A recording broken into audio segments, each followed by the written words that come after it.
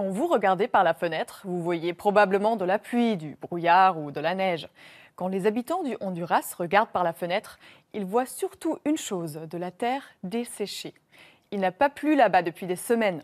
C'est une conséquence du changement climatique. Pour les Honduriens et les plantes, c'est une catastrophe. Le champ de maïs du paysan Garcia est tout sec. Il n'a pas plu au Honduras depuis très longtemps. Nous avons perdu toute notre récolte, tout notre maïs. Regardez.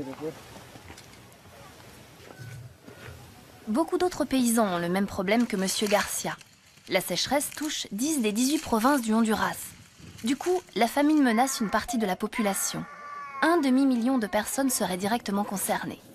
Le manque de récolte a plusieurs conséquences graves. Sans récolte, les paysans n'ont plus besoin d'ouvriers pour les aider, et les ouvriers se retrouvent au chômage. Le maïs devenant rare, les prix flambent dans les supermarchés. Ils ont été multipliés par 3. Et si les gens n'ont pas de travail, ils n'ont pas suffisamment d'argent pour payer leur maïs 3 fois plus cher. Ici au Honduras, une personne sur 4 souffre de malnutrition, c'est-à-dire qu'elle ne mange pas à leur faim. Avec la sécheresse, la situation pourrait encore s'aggraver. Les enfants sont les premiers touchés car ils ont besoin de manger équilibré pour leur croissance. Ces employés de la Croix-Rouge cherchent à savoir ce dont les familles ont le plus besoin afin de pouvoir les aider au mieux. C'est pour cela qu'ils réclament régulièrement de l'argent aux autres pays.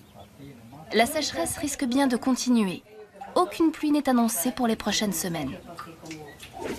Pour aider le Honduras, des hommes politiques du monde entier ont décidé cette semaine lors d'une conférence sur le climat de donner une importante somme d'argent à ce pays.